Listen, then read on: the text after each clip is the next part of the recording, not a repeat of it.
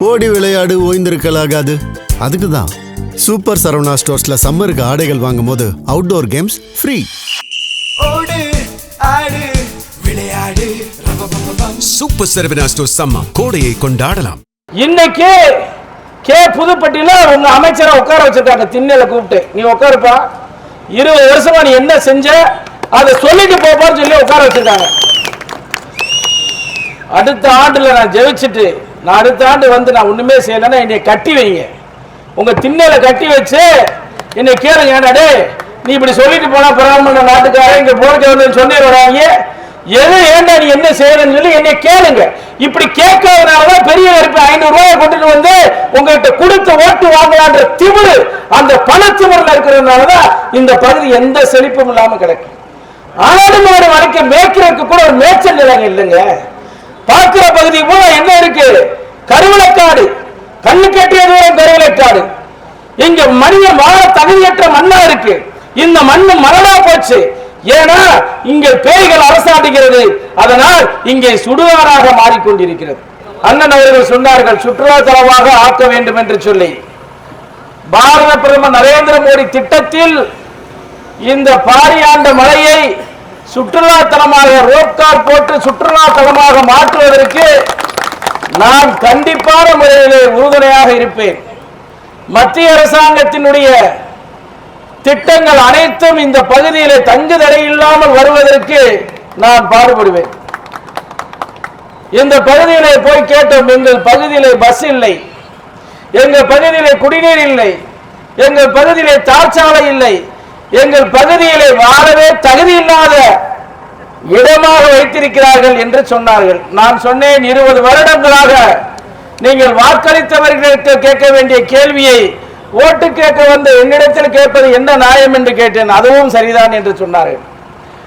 20 ஆண்டு காலமாக இந்த பகுதியிலே வாழுகின்ற மக்களுக்கு எந்த ஒரு நலத்திட்டத்தையும் செய்யாத ஒரு அமைச்சர், ஊரக வளர்ச்சித்துறை அமைச்சராக இருந்த பொழுது அவர் குடும்பம் மட்டும்தான் வளர்ச்சி அடைஞ்சிச்சு. கூட்டுறவுத்துறை அமைச்சராக இருந்தார். கூட்டுறவுத்துறை அமைச்சராக இருக்கின்ற பொழுது ஒரு தானிய கிடங்காவது கட்டினாரா? ஒரு விவசாயி கஷ்டப்பட்டு விளைய வைத்து அந்த தானியங்களை கொண்டு போய் அரசிடத்தில் கொள்முதல் செய்கின்ற பொழுது 1000 கட்டுப்பாடுகளை விதிக்கக்கூடிய அரசாங்கம் அந்த நெல்மணிகளை வாங்கி வீதியில வீசுவது போல ரோட்டிலே போட்டு தார்பாயை மூடி அதை கெட்டு புல் முளைக்க வச்சு அதை மறுபடியும் ரேஷன் பொருளாக மாற்றுகின்ற பெருமையை கொடுக்கின்றது திராவிட மாடல் அரசாங்கம்.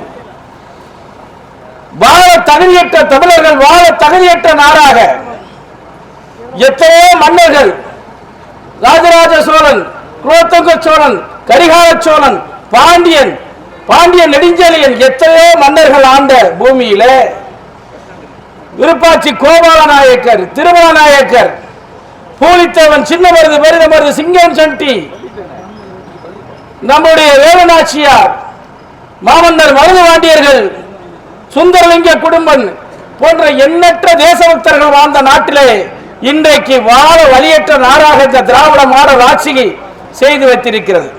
ஐயா, நீங்க நல்லா ஒண்ணு புரிஞ்சுக்கிறா, ஒரு மனநலம் பாதிக்கப்பட்டவர் இந்த நாட்டில் ஒரு முதல்வராக இருந்தா எப்படி இருக்குன்றதுக்கு நம்ம ஸ்டாலின் தாங்க உதாரணம். அவர் சொல்றாரு, 1000 ஆண்டுகள் யாரும் கொடுக்க முடியாத நல்லாட்சி 5 ஆண்டு காலத்திலே கொடுக்கிறோம் என்று சொன்னால் மனநலம் பாதிக்கப்பட்டவராக தானே இருக்கணும். நல்ல விஷயத்தை எதுவுமே செய்யாமல் கிட்டத்தட்ட 8000 கொலைகள், 8600 கொலைகள் 5 ஆண்டு காலத்தில் நடந்திருக்கிறது. பெண்களுக்கான வன்கொடுமை சட்டம் 37000 வன்கொடுமை சட்டங்கள் பதிவாகப்பட்டிருக்கிறது. 2 வயசு குழந்தையிலிருந்து 70 வயது பெண்ணுக்கு இங்கே வாழ கற்புக்கு உத்தரவில்லாத நாடாக இங்கே மாறி இருக்கிறது. இந்த நிலையெல்லாம் வைத்துக் கொண்டு எங்கு பார்த்தாலும் போதை கலாச்சாரம், கொலை, கற்பழிப்பு, கொள்ளை. ஒரு பிள்ளையை பெற்று வைத்திருக்கிறோம், அந்த பிள்ளையை மதுக்கு அடிமையாக்கி மது நோயாளியாக மாற்றி வச்சிருக்கிறது திராவிட மாடல் ஆட்சி. இந்த ஆட்சியை மாற்ற வேண்டும் என்று சொன்னால் நீங்கள் தாமரை சின்னத்திலே வாக்களிக்க வேண்டும். இன்றைக்கு குண்டாறு திட்டம், காவேரி குடிநீர் திட்டம், முல்லை பெரியாறு திட்டம், இதெல்லாம் இந்த பகுதிக்கு வர்றதுக்கு அனைத்து சாத்தியக்கூறுகளும் இருக்கு. பழைய வாய்க்காலில் இருக்கு, குளம் இருக்கு, ஏரி இருக்கு, குட்டை இருக்கு, எதுவுமே தூர்வாரப்படலை. ஆனால் இந்த திருப்பத்தூர் சட்டமன்ற மக்களுக்கு இப்ப சறுக்குன்னு குத்த ஆரம்பிச்சிருக்கு. இன்னைக்கு புதுப்பட்டியில உங்க அமைச்சரை உட்கார வச்சிருக்காங்க, திண்ணையில கூப்பிட்டு நீ உட்காருப்பா, 20 வருஷமா நீ என்ன செஞ்ச அதை சொல்லிட்டு போப்பான்னு சொல்லி உட்கார வச்சிருக்காங்க.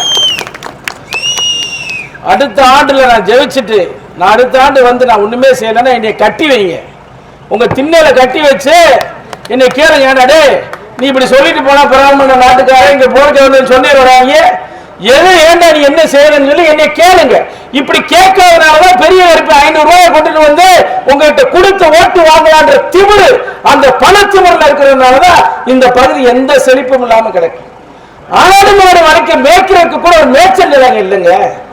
பார்க்கிற பகுதி கூட என்ன இருக்கு, கருவளைக்காடு, கண்ணு கட்டிய தூரம் கருவளைக்காடு. இங்க மனித வாழ தகுதியற்ற மண்ணா இருக்கு. இந்த மண்ணு மரணா போச்சு. ஏன்னா இங்கே பேய்கள் அரசாடுகிறது, அதனால் இங்கே சுடுகாடாக மாறிக்கொண்டிருக்கிறது. இந்த நிலை மாற வேண்டும் என்று சொன்னால் நீங்கள் பாரதிய ஜனதா கட்சியின் பாரத பிரதமர், இந்த தேசத்தின் பிதாமகன், 120 நாடுகளின் முதன்மையான பிரதமர் பாரத பிரதமர் நரேந்திர மோடி என்று பெயர் பெற்ற பாரத பிரதமர் நரேந்திர மோடியினுடைய சின்னமான தாமரை சின்னத்திலே நீங்கள் வாக்களித்து பெருவாரியான வாக்கு வித்தியாசத்தை ஜெயிக்க வைக்கும். நான் வெற்றி என்பது எனக்கு உறுதி செய்யப்பட்டு இருக்கிறது. ஆனால் ஒரு மனிதன் தப்பு செய்தால் இப்படி கேவலப்பட்டுதான் தோற்பான் என்ற பாடத்தை இந்த பகுதி மக்கள் புகட்ட வேண்டும். நீங்கள் புகட்டினால் மட்டும்தான் எனக்கு புத்தி வரும், என்னை போன்ற இந்த பெரிய ஏற்படை போன்றவர்களுக்கு புத்தி வரும். நீங்கள் எவன் தப்பு செய்தாலும் மக்கள் முன்னாலே நிறுத்தப்பட்டால் அவன் தப்ப முடியாது என்ற சிந்தனையை நீங்கள் கொடுக்க வேண்டும் என்று சொல்லி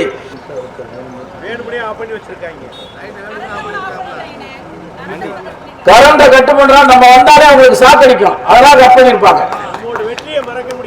எந்த மாதிரி ஏங்க, எந்த ஒரு மனிதனுடைய வீழ்ச்சியும், எந்த மனிதனுடைய முயற்சி உயர்தோம் வீழ்ச்சியும் எது எதனாலும் தடுக்க முடியாது. நம்ம வந்தோடனே அவங்களுக்கு கரண்ட் கட் ஆகுதுன்னா அவங்களுக்கு கரண்ட் அடிக்குதுன்னு அர்த்தம். இதுதான் நம்ம புரிஞ்சுக்கணும். அதனால ஐயா, ஏழையின் மகன், விவசாயியின் மகன், இந்த பகுதியினுடைய இந்த தமிழகத்தினுடைய முதல்வராக மீண்டும் அண்ணன் எடப்பாடியார் ஆட்சி, நல்லாட்சி, குடிமராமத்து நாயகன், ஏழையின் மகன், இந்த டெல்டா பகுதியை பாதுகாப்பு மண்டலமாக அறிவித்த அண்ணன் எடப்பாடியாரின் ஆட்சி மீண்டும் தமிழகத்தில் வருவது உறுதி. 2 சலுகைகள் உங்களுக்கு கிடைக்கும். மத்திய அரசாங்கத்தின் சலுகைகள் தங்கு நிலை இல்லாமல் உங்களுக்கு வந்து சேரும். மாநில அரசாங்கத்தின் சலுகைகள் அனைத்தும் உங்களுக்கு வந்து சேரும்.